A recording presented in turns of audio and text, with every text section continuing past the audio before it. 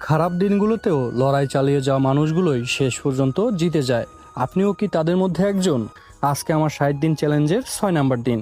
অনেকেই ভাবে ভিডিও বানানো খুব সহজ, কিন্তু চরম ক্লান্তির দিনে ক্যামেরার সামনে দাঁড়ানোটা কতটা কঠিন তা শুধু যে বানায় সেই বোঝে। আজ আমার শরীরটা একদম সঙ্গ দিচ্ছিল না। মনে হচ্ছিল আজ হয়তো ভিডিওটা বাদ দিলেই ভালো হয়, কিন্তু পরক্ষণেই নিজের মনকে প্রশ্ন করলাম, তাহলে স্বপ্নের দমটা কোথায় রইল? প্রতিদিনের মতো আজও ফার্মেসিতে 12 ঘন্টা ডিউটি শেষ করে রাত 10টায় ঘরে ফিরেছি। সারাদিনের খাটুনির পর মাথা আর পা দুটো ভারী হয়ে আসছিল, ক্লান্তিতে চোখ দুটো বন্ধ হয়ে আসছিল। কিন্তু অজুহাত দেওয়া অনেক সহজ, আর স্বপ্ন পূরণ করা ততটাই কঠিন। তাই মুখ ধুয়ে এক গ্লাস পানি খেয়ে আবার এসে বসলাম এই ফোনের সামনে, কারণ আমি জানি একদিন মিস করা মানে নিজের লক্ষ্যের সাথে বেইমানি করা।